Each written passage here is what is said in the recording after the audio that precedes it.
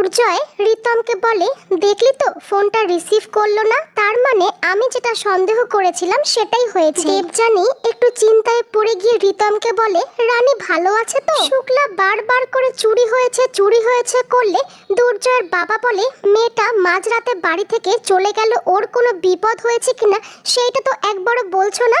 একটু পরে মাধুরী এসে বলে, বাড়িতে কোনো কিছুই চুরি হয়নি। তখনই শুক্লা বলে, ও নিশ্চয়ই ওর গ্যাংয়ের লোকদেরকে ডাকতে গেছে। দুর্জয় বলে, ওর যা যা জিনিসপত্র রয়েছে সবটাই বাইরে বার করে দাও। সকালবেলা ও যদি আবার কাজ করতে আসে তাহলে ওকে বলে দিও যে এই বাড়িতে আর কাজ করতে হবে না। অন্যদিকে রিতমের ফোন করা সত্ত্বেও রানী যখন ফোনটা তুলছে না, তখনই রিতম একটা ভয়েস মেসেজ করে রানীকে ফোন করতে বলে। ফোনটা রিসিভ করে রানী বলে, আমি কিছুতেই বাড়িতে আসতে পারবো না, পাশের স্টেশনে বসে আমি রাতটুকু কাটাবো, তবে সকালবেলা তুমি কিন্তু আমার সঙ্গে দেখা করতে এসো। দেবযানী জিজ্ঞেস করে, তুই কেন বাড়িতে আসতে পারবি না, তোর কোনো বিপদ হয়েছে? তখনই রানী বলে, আসলে অনিশাদির কাছে আমি ধরা পড়ে গেছি। পরের দিন সকালে রিতম রানীর সঙ্গে দেখা করে বলে, এই নাকি অনিশা দুর্জয়কে ভালোবাসে, ওর সাথে এরকম কাজ কি করে করতে পারলো?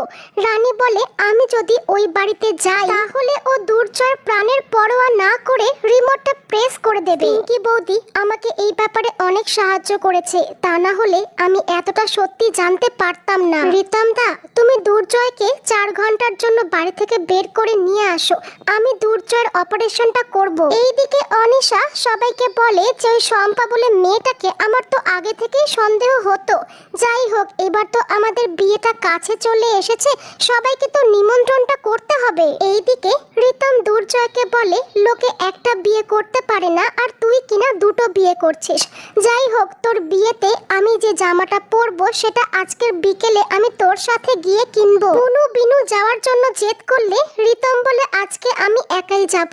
অনিশা কিছুটা সন্দেহ করে রিতমকে বলে, দুর্জয়কে বিয়ের আগে আমি কোথাও যেতে দেব না। এইদিকে রানী চলে আসে হসপিটালে ডক্টর ভূমি চ্যাটার্জির রেফারেন্সের একজন ডক্টরের সাথে দেখা করার জন্য। সেই ডক্টর রানীকে দেখে বলে, তুমি যে বেঁচে আছো সেটা তো আমি ভাবতেই পারছি না, তবে তোমার জন্য আমি অনেক খুশি, কিন্তু তুমি যে বেঁচে আছো সেটা কাউকে জানাতে চাইছো না কেন? রানী বলে, যারা আমাকে খুন করতে চেয়েছিল তাদেরকে ধরার জন্য। ডক্টর বলে, অনিশা ছাড়া আর কে হতে পারে? দুর্জয়ের সঙ্গে ওর তো অনেক গসিপ শুনেছি, কিন্তু তুমি বেঁচে থাকার সত্ত্বেও যখন ওদের বিয়ের খবরটা জানতে পারলাম তখন আমার মতো অনেকেই অবাক হয়ে গিয়েছিল, কিন্তু আমি জানি তারা এই বিয়েতে যাবে। পরবর্তী পর্বে আমরা দেখতে পারবো যে রানী দুর্জয়ের জন্য একটা অ্যাপয়েন্টমেন্ট বুক করে রিতম দুর্জয়কে নিয়ে বেরোবে, তখনই অনিশা হঠাৎ করে সন্দেহ করতে শুরু করে রানীকে।